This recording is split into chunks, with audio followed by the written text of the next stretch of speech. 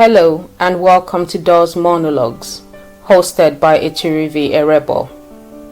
DOZ Monologues, also known as DOZ Chronicles Audio Stories, aims to educate, inspire, and drive societal change.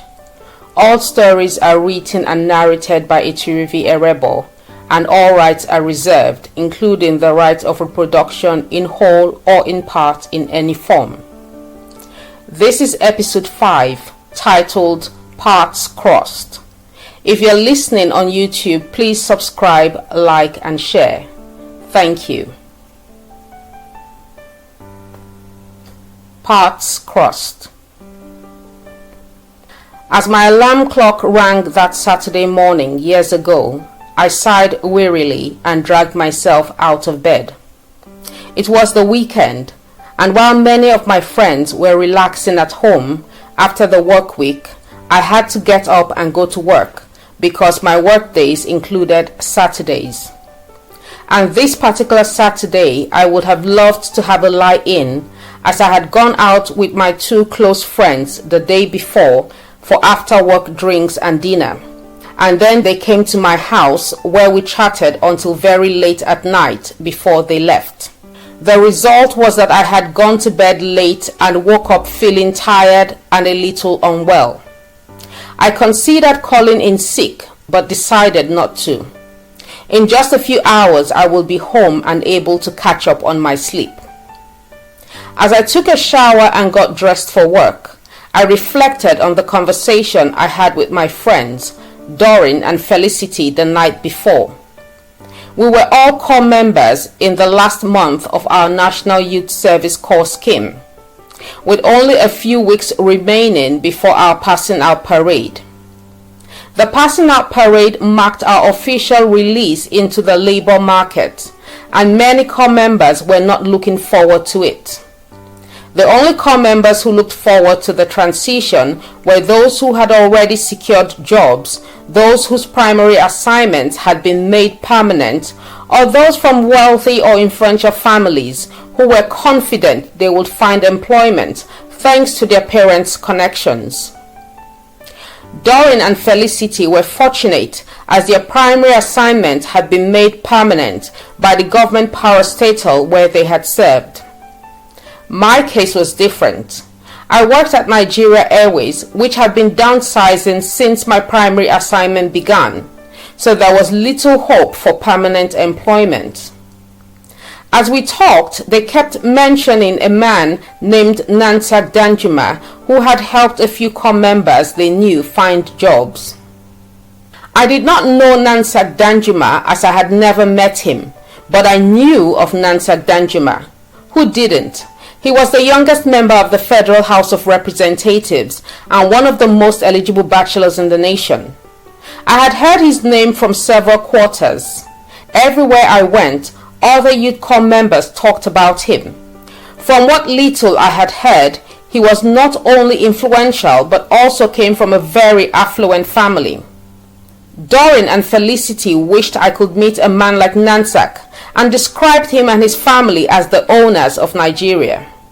Rume, if you meet Nansak, you will be able to get a job anywhere in Nigeria, Doreen said, and Felicity nodded vigorously to show she believed it. I did not doubt them, especially after everything I had heard about Nansak. If anyone could secure a job for me in any organization I desired to work for in the country, it was him. He was the man, so to speak. I left home feeling a little down, wondering why I always seemed to get the short end of the stick in life. Why couldn't I be like Doreen and Felicity, who already had secure employment with their primary assignments? And they didn't have to work on Saturdays like me. Why couldn't I have been born into an influential family or met a man like Nansak Danjuma, who had both influence and affluence, who could help me secure a job? I felt anxious about my life in the job market soon after the passing out parade. As if my life wasn't already hard, the first customer I saw that morning felt like a gift from hell, making my life even harder. Sir, I am telling you that Nigeria Airways has no flights to Lome today. I told him for the nth time, summoning all my patience, which was not much. But me want to go Lome today, he said categorically. I sighed in frustration, regretting my decision to come to work after all. Sir, Nigeria Airways only has flights to Lome on Mondays, Wednesdays and Fridays. Yesterday we had a flight to Lome. The next flight isn't until Monday. Me cannot wait until Monday.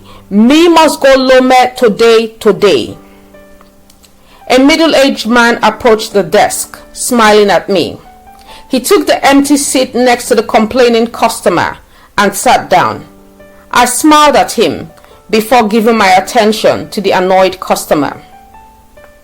Sir, let me see if another airline can help. I turned to the desk next to mine, which belonged to ADC Airlines.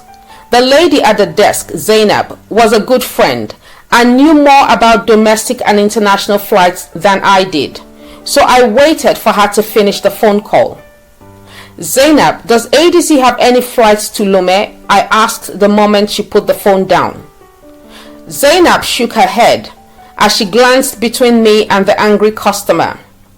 We have no flights to Lome, but I know a private airline that flies out from Lagos daily. I think they have a flight this evening. If he can catch a domestic flight to Lagos this afternoon, he should arrive in time for the evening flight to Lome. They have an office in the Central Business District.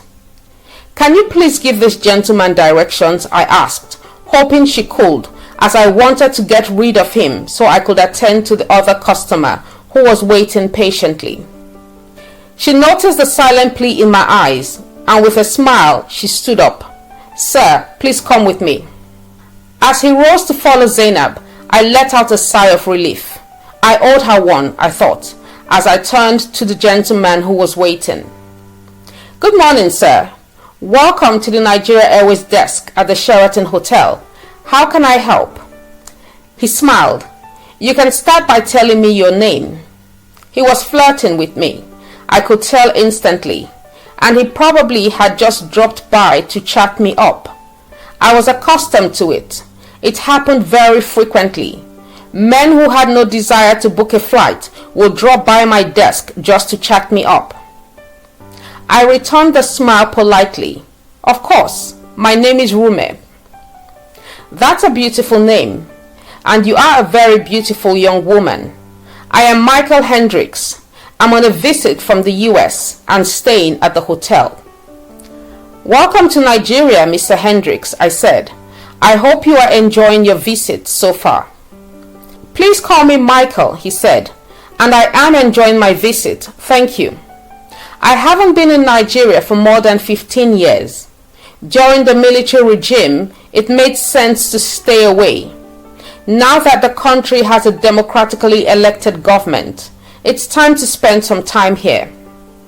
I'm glad to know that the democratic government has encouraged your return to Nigeria.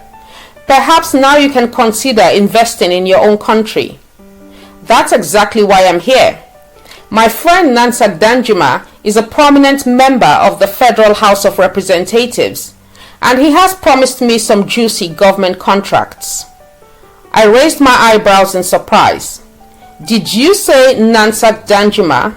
Yes, that's what I said. Nansak Danjuma. He's a good friend. Michael noticed that I had become more attentive, and when I told him what I had heard about Nansak and how I desired to meet him so he could help me get a job, he assured me that he could introduce me to Nansak. He added that Nansak was expected to join him for lunch later that afternoon and asked if I would like to come over when I closed from work. I said that I would. It was a Saturday, and on Saturdays I closed early. We agreed that when I closed at 1 p.m., I would make my way upstairs to his room. He provided the room number and he left. I was excited, to say the least. I couldn't believe that after hearing about Nansak Danjuma, I would be meeting him in person and that he would help me secure a job, thereby preventing me from entering the unemployment market after my service year. Finally, 1 p.m. came, and I closed my desk for the weekend and made my way upstairs to Michael's room. When I knocked on the door, he opened it almost immediately. He was expecting me.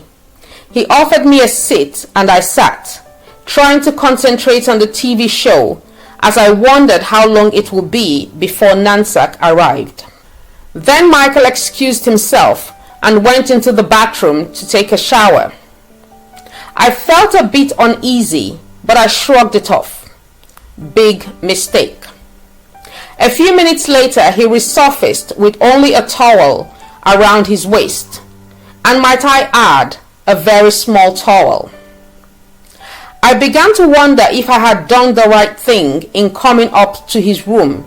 He looked like a responsible man, no less than 55 years of age, and I had assumed he was a decent fellow. But the truth was I knew very little about him, and for all I knew, he could rape me right inside his room. If he noticed that I had suddenly become a little tense and was sitting on the edge of my chair, he remained silent about it. He walked over to where I sat and reached out a hand to stroke my back.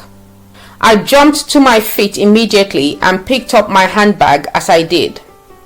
"I must be on my way now, Mr. Hendricks," I informed him. He seemed surprised. "Oh, but why?" he asked, and waited for no response. "You only just got here, and besides, you wanted to meet Nansak, who I can confirm is even now on his way. So what's the hurry? Relax." As he spoke, he moved closer and placed both hands on my shoulders, trying to draw me towards himself. "Mr. Hendricks, please stop this at once. I came here because you appeared to be a decent man, and I believed you wanted to help me when you said you would introduce me to Nansak." "Yes, I do want to help you, and I will introduce you to Nansak. I have told you he is on his way, so why don't you relax and let's do nothing," I thought.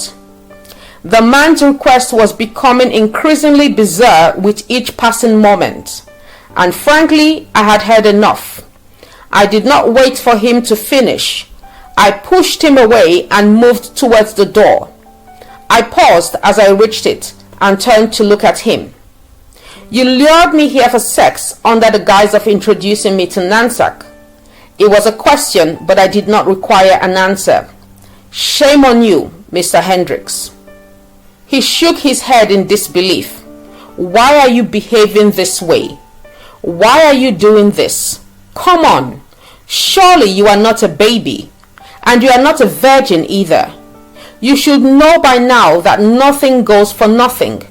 It isn't every day that you get an opportunity to meet a man like Nansak Danjuma.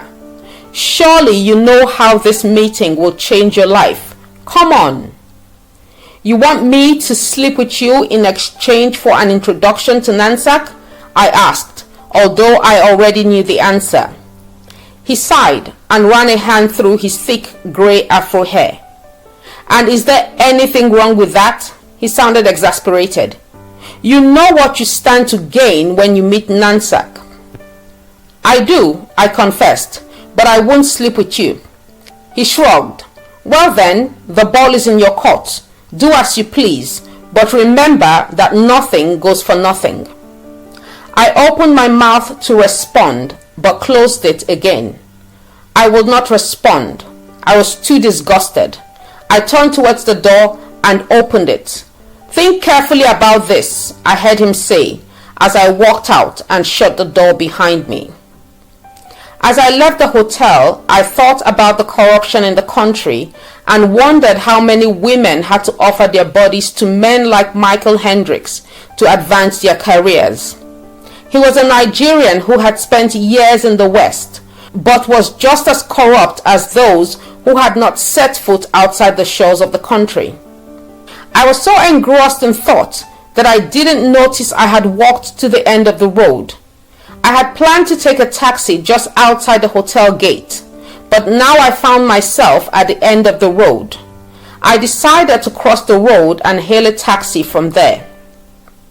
I crossed a somewhat busy road and stood on the other side, ready to hail a taxi, when my eye caught sight of a black Toyota Land Cruiser. It was on the opposite side of the road, and the driver seemed to have been watching me the entire time, because as soon as I looked at him, our eyes locked, and he began to make wild gestures with his hands, requesting me to wait where I was as he was going to make a U-turn and come to me. I wasn't sure I had correctly interpreted his sign language, if it could be called that, but as I looked on with a frown, I noticed he was already indicating and trying to pull out of traffic so he could turn and come over to my side of the road. I found the development rather fascinating. I did not know the fellow, although I had to admit that I was flattered because he was the kind most girls dreamt of. Tall, dark and handsome. He had to be tall, his head almost touched the roof of the vehicle, although now that I think about it, he could have been sitting on a cushion. He also looked rich and very young, which meant that there was a possibility he was single and available. His eyes never left me, and he continued to signal with his hands for me to wait for him. Finally, he turned his vehicle around and came to a stop in front of me. He opened the front passenger door and leaned over, and I could see a smile of relief on his face. He appeared delighted to see me, even though he didn't know me. He couldn't know me. How could he? I had never seen him in my life. Please come in. I will take you wherever you are going. I hesitated at first, not sure if I should, but he reassured me that he had no plans to harm me. Listen, I saw you at this same spot a few days ago, and I tried to turn around to pick you, but before I did, you had entered a taxi and disappeared. Since that day, I have prayed to meet you again, and when I saw you today, I realized it was an answer to my prayer. Please come in, I only want to meet you. I got in, and as I put my seatbelt on, I looked around the luxurious interior of the vehicle. What was a bit strange was that the seats were covered in the country's flag, complete with the coat of arms. Very impressive, I muttered under my breath as he drove off. Are you someone important? He shook his head. No, I'm just a government worker, he said, then asked, where am I taking you? Home.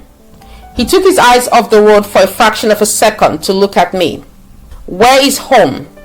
Fort IBB, Asokoro. He nodded. Great. I get to know your house today, so you will never escape from me again. Really? I asked, intrigued. Yes, really. Again he took his eyes off the road for a split second to look at me.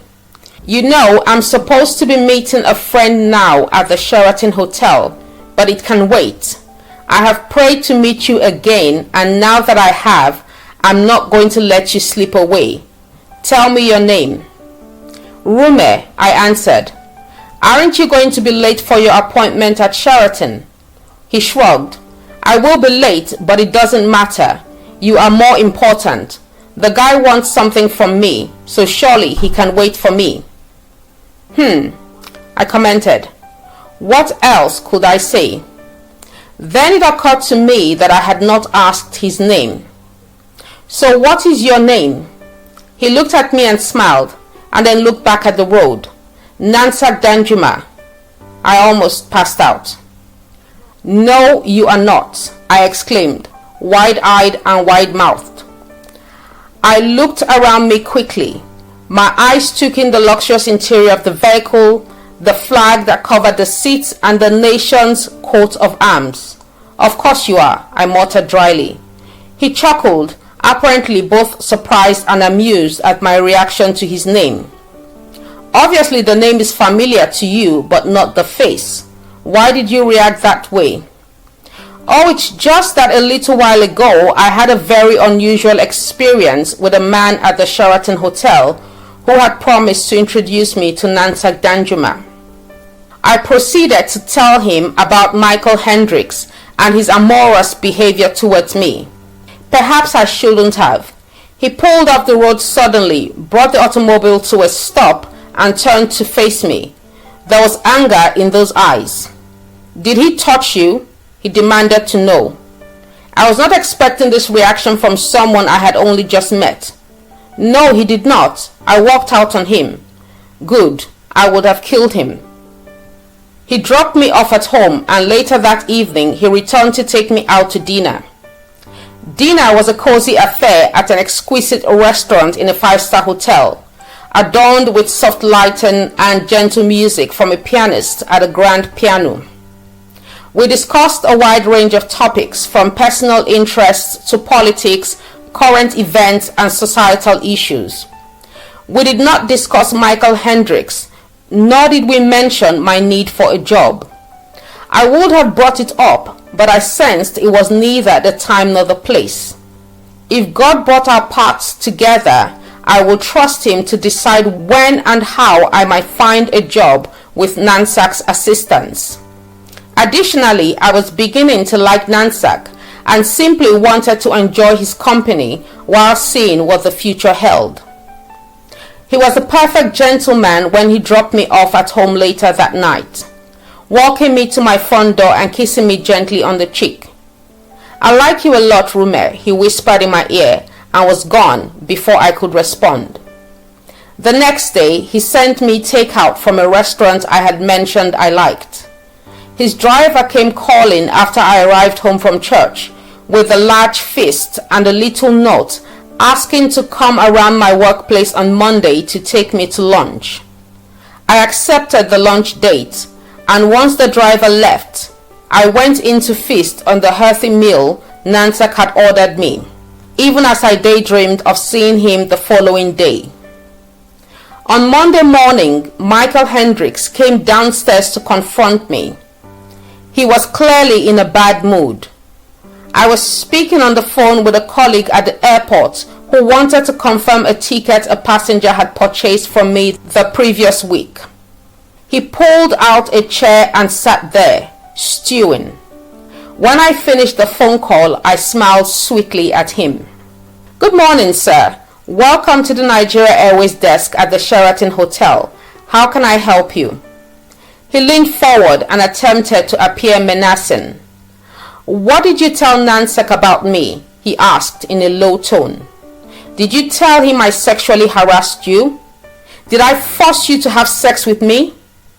I scanned the area to ensure we hadn't attracted attention, and convinced that no one was observing us, I leaned in closer and whispered, "Sir, this is a business environment, not a place for personal grievances.